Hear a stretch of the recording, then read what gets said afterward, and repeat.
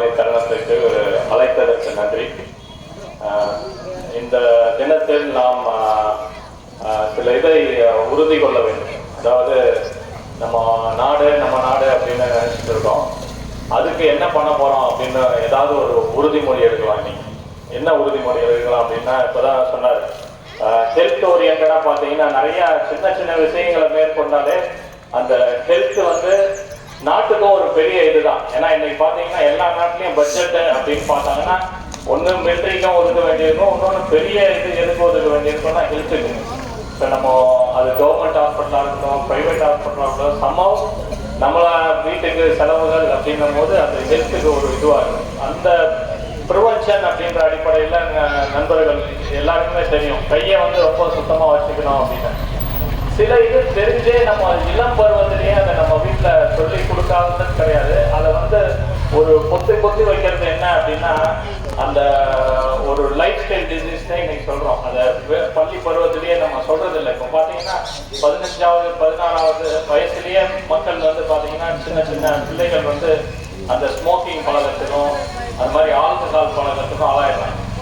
So அது ஏன் அப்படின்னு யோசிச்சிங்கன்னா, நம்ம வளர்ப்பு சரியில்லை அப்படின்றதெல்லாம் ஒன்றும் இல்லை. ஏன்னா தெருவுக்கு தெருவு அந்த மாதிரி லைஃப் ஸ்டைல் ஆகிடுச்சு அப்படின்றதுனால அதை எடுத்து பார்த்தா என்ன அப்படின்னு நமக்குள்ள ஒரு சின்ன ஆதங்கத்தில் யாரோ ஒருத்தர் போய் எடுத்து பார்த்துறது, அதுலேருந்து ரிட்டர்ன் வரவே முடியாது.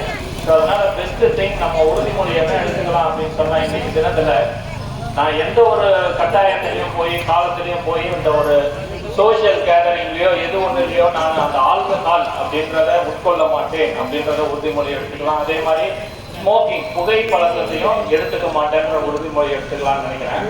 இப்போ எல்லாரும் ஒரு நிமிஷம் எழுந்து நின்று இன்றைக்கு கையை எல்லாரும் முன்னாடி நிறுத்தி இந்த நாளில் நான் உறுதிமொழி கொள்வது என்னவென்றால்,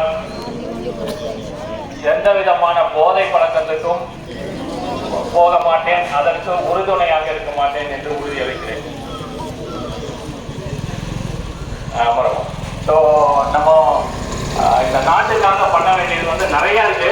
ஒரு சின்ன உறுதிமொழி இன்னைக்கு எடுத்திருக்கோம். அதனால யாருக்கோ ஒருத்தருக்கு நம்மளால எஜுகேஷன் அப்படின்னு கொடுக்க முடியும்னா கண்டிப்பா அதை கொடுக்கலாம். நம்ம ஸோ அதை இன்னைக்கு தெரிஞ்சுக்கிட்டு நம்ம அப்படியே ரோட்டுக்கு போயிடுறது இல்லை. யாராவது ஒருத்தர் அதுல இதுவா இருந்தாங்கன்னா அதுக்கு ஒரு ட்ரீட்மெண்ட் எல்லாம் இருக்கு. இப்போ பாத்தீங்கன்னா கவர்மெண்ட் ஹாஸ்பிட்டல் ஐஎம்எஸ்ல ஃபுல்லா இருக்கு சென்டர், அது மாதிரி டிஸ்ட்ரிக்ட் வச்சிருக்காங்க.